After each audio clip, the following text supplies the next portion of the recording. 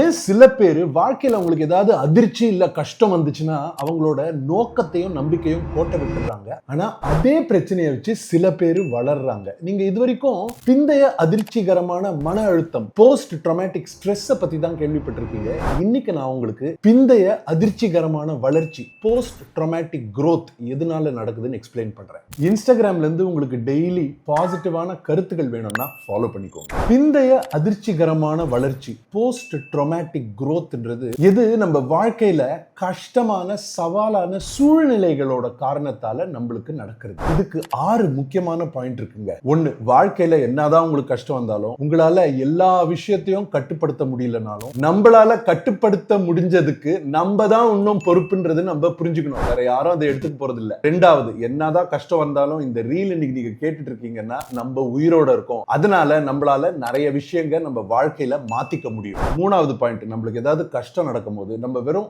ஆறுதலையும் வசதியும் தேடி போனா அந்த சூழ்நிலையிலிருந்து நம்மளுக்கு தேவையில்லாத மன நிறைவு தாங்க வரும். ஏன்னா இப்போ எனக்கு நடந்த இந்த மோசமான விஷயத்துல திரும்பவும் நான் ஆறுதல்ல தேடுனா என் வாழ்க்கையில ஒன்னும் கிழிக்க முடியாதுன்னு புரிஞ்சுக்குவாங்க.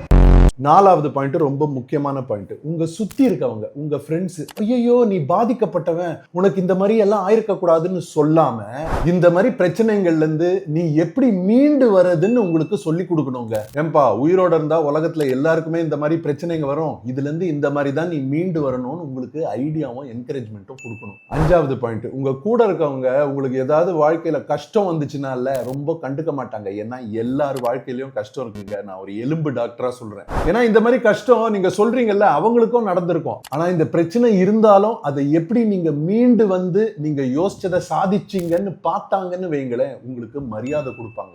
சோஷியல் ரெஸ்பெக்டும் ஒரு முக்கியமான விஷயம். நம்மளோட உடலும் நம்மளோட மனசும் சோதனைகள் மூலமா தாங்க தாங்கும் சக்தியை வளர்த்து கொள்ள உருவாக்கப்பட்டதுன்னு நம்ம புரிஞ்சுக்கணும். சுகத்தினால கிடையாது, சிரமத்தால தான். உங்க வாழ்க்கையில இந்த மாதிரி ஒரு அதிர்ச்சிகரமான சிச்சுவேஷன் நடந்திருக்கா? அதுல இருந்து நீங்க வளருனீங்களா இல்லனா மன அழுத்தப்பட்டீங்களான்னு கீழே கமெண்ட்ஸ்ல